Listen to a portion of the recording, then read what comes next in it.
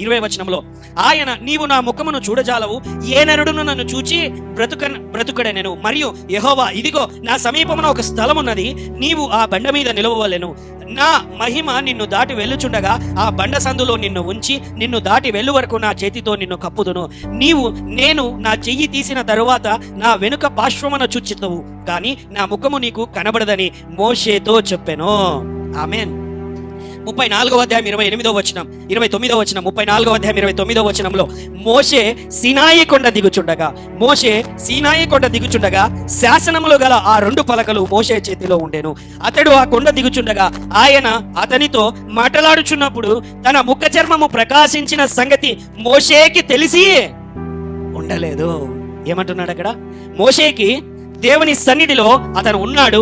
దేవుని యొక్క విపు భాగమును వెనక పార్శ్వమున ఆయన చూచిన తర్వాత ఆ శాసనములంతటిని పట్టుకుని కొండ మీద నుంచి కిందికి దిగి వస్తూ ఉన్నాడు. ఎలా వస్తున్నాడు అని అంటే, అందరూ చూస్తున్నారు దూరం నుంచి. కొండ మీద ఏదో వెలుగుతూ కిందికి దిగి వస్తూ ఉన్నది. ఏంటి? కొండ మీద వెలుగు. హల్లెలూయా. దూరం నుంచి చూస్తున్నారు, కొండ మీద వెలుగు కిందికి దగ్గరికి వస్తున్నది. లక్షల మంది చూస్తుంటున్నారు వెలుగు రావడాన్ని. నడుచుకుంటూ వస్తున్నది ఆ వెలుగు. ఆ దగ్గరికి వచ్చినటువంటి తర్వాత మోషేని చూచినటువంటి వారు ఆ వెలుగును చూడలేక, అయ్యా ఈ వెలుగును చూడలేకపోతున్నాము, దయచేసి నువ్వు ముసుగేసుకో. ఎవరి మీద ముసుగేయాలని అడుగుతున్నాడు మోషే. ఏంటి? ఎవరి మీద ముసుగేయాలి? ఎందుకంటే నీ మీదనే. ఎందుకు నా మీద వేసుకోవాలి? నువ్వు వెలిగిపోతుంటున్నావు, నాకేం కనబడడం లేదే. ఏమంటున్నాడు మోషే? నాకు కనబడడం లేదు అంటే, ఎందుకంటే మోషేకి తెలిసి ఉండలేదు. హల్లెలూయా. మోషేకి తెలిసి ఉండలేదు అతనిలో ఉన్నటువంటి వెలుగు. దేవుని సన్నిధిలో నీవు గడిపేటువంటి వాడవైతే గుర్తుపెట్టుకో, హల్లెలూయా, ఆయన సన్నిధికి నువ్వు అలవాటు పడిపోతావు. ఆయన సన్నిధి నీలోనికి వస్తుంది, ఆయన వెలుగు నీలోనికి వస్తుంది, ఆయనలో ఉన్న మాధుర్యము నీలోనికి వస్తుంది, అది నీలో నింపబడుతుంది. ఆ స్థితి నువ్వు అలవాటు పడిపోతావు. ఆమేన్. అయితే నీ పక్కన ఆ స్థితిలో లేనటువంటి వాడు ఉంటాడు, ఆ స్థితిలోనికి ఇంకా వెళ్ళనటువంటి వాడు ఉంటాడు, ఆ మహిమను ఇంకా చూడనటువంటి వాడు ఉంటాడు. వాడు నీ దగ్గరికి రాగా, నీతో మాట్లాడగా, నిన్ను చూడగా వాడు పశ్చాత్తాపమును పొందుకుంటాడు, మారు మనస్సును పొందుకుంటాడు, స్వస్థతలను పొందుకుంటాడు, అద్భుతములను పొందుకుంటాడు, విజయములను పొందుకుంటాడు. నీ దగ్గరకు వచ్చినటువంటి తర్వాత hallelujah, hallelujah. So many people of God, గొప్ప దైవజనులు ప్రపంచములో చాలా మంది గొప్ప దైవజనులు అనేకులను ప్రభావితం చేయగలుగుతున్నారు, స్వస్థపరచగలుగుతున్నారు, దయ్యములను వెళ్ళగొట్టగలుగుతున్నారు. ఎలాగనో తెలుసా? దేవుని యొక్క ప్రశస్తమైన సన్నిధిలో వాళ్ళు గడుపుతున్నారు. కాబట్టి వారితో మాట్లాడినా, వారితో కూర్చున్నా మన జీవితంలో మార్చబడుతూ ఉంటాయి, మన మార్గములు మార్చబడుతూ ఉంటాయి, మన పాప స్థితి బయటికి వస్తూ ఉంటుంది. మన జీవితంలో చేసినటువంటి తప్పుడు మార్గములు, ఆ మార్గములు మార్చుకుని శ్రేష్టమైన మంచి మార్గంలో మనం నడుచుకుంటాము. ఎందుకో తెలుసా?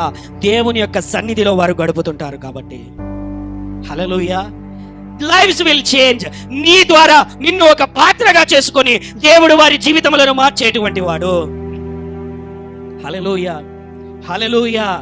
అందుకనే యేసయ్య గమనించండి, ఆ గెరాసేనల దేశానికి వెళ్ళినప్పుడు ఆయన పడవ దిగి ఆ దరిన అడుగు పెట్టగానే దయ్యము ఆ సమాధులలో నుంచి పరిగెత్తుకుంటూ వచ్చి ఆయన ఎదుట సాగిలపడి, అయ్యా సర్వోన్నతుడైన దేవుని కుమారుడా యేసు అని పరిగెత్తుకుంటూ వచ్చి చెబుతున్నాడు. Hallelujah. I know one lady some years back, కొన్ని సంవత్సరాల క్రితం వాళ్ళ భర్త ఫోన్ చేశాడు, సార్ మీరు ఎక్కడున్నారు? ఏంటి అని అంటే, నా భార్యకు కొద్దిగా దయ్యపు పీడ పట్టింది, చాలా కష్టంగా ఉంది, ఏదేదో పిచ్చి మాటలు పడుతుంది, మా పెద్దనాన్న ఒళ్ళు మీదకి వచ్చాడు అని చెబుతుంటున్నది, వాళ్ళ పెద్దనాన్న మాట్లాడినట్లే మాట్లాడుతున్నాడు అని చెప్పగానే సరే అని చెప్పి ప్రార్థనకు వెళ్ళడం ప్రారంభించారు. ప్రార్థనకు వెళ్ళడానికి ప్రారంభించినప్పుడు వెళ్తూ ఉన్నాం, 10 నిమిషాలు అయింది. వాళ్ళ ఏరియాలోకి ఎంటర్ అవ్వగానే వెంటనే మళ్ళీ ఫోన్ చేశాడు, సార్ ఎక్కడున్నారు మీరు? ఏమన్నా అని అడిగాను. ఏంటి అని అంటే, ఏం లేదు సార్, మా ఏరియాలోకి ఏమన్నా అడుగు పెట్టారా మీరు అని అడిగాడు. అవునవునా, అడుగు, మీ ఏరియాలోకి ఇంకొక 5 నిమిషాల్లో వచ్చేస్తాం, మీ ఏరియాలో దగ్గరలోనే ఉన్నాం సార్. అదే సార్, ఈ దయ్యం చెప్తాంది సార్, మా ఏరియాలోకి మీరు అడుగు పెట్టినారంట, రావద్దు, వాళ్ళని రావద్దని చెప్పు, మన ఏరియాలోకి వచ్చారు, వాళ్ళని రావద్దని చెప్పు. హల్లెలూయా. డెవిల్ నోస్, దయ్యమునకు తెలుసు దేవుని యొక్క శక్తి ఏమిటో, దేవునిని నమ్ముకున్నటువంటి వారి శక్తి ఏమిటో. హల్లెలూయా. వెళ్ళినటువంటి తర్వాత కేవలం 5 నిమిషాలు, ఎక్కువ సమయం కూడా లేదు, ప్రార్థన చేయగా దయ్యము విడిచిపోయెను. హల్లెలూయా. నాట్ అవర్ పవర్, నీ శక్తి నా శక్తి కాదు ఉంటుంది. ఉంటుందా ఉండదా? కానీ చూడగలిగిన స్థితిలో మనము లేము. అవునా? ఎందుకంటే ఆయనే చెబుతున్నాడు, నన్ను డైరెక్ట్ గా చూస్తే మీరు నాతో పాటు వచ్చేయాల్సిందే. మీకు భూమి మీదగా స్థానం లేదు. హల్లెలూయా. అందుకే హనోకు దేవునితో నడిచెను, దేవుడు ఆయనను. ఏలియా దేవునితో నడిచెను, ఆయనను తీసుకొని పోయాను. హల్లెలూయా.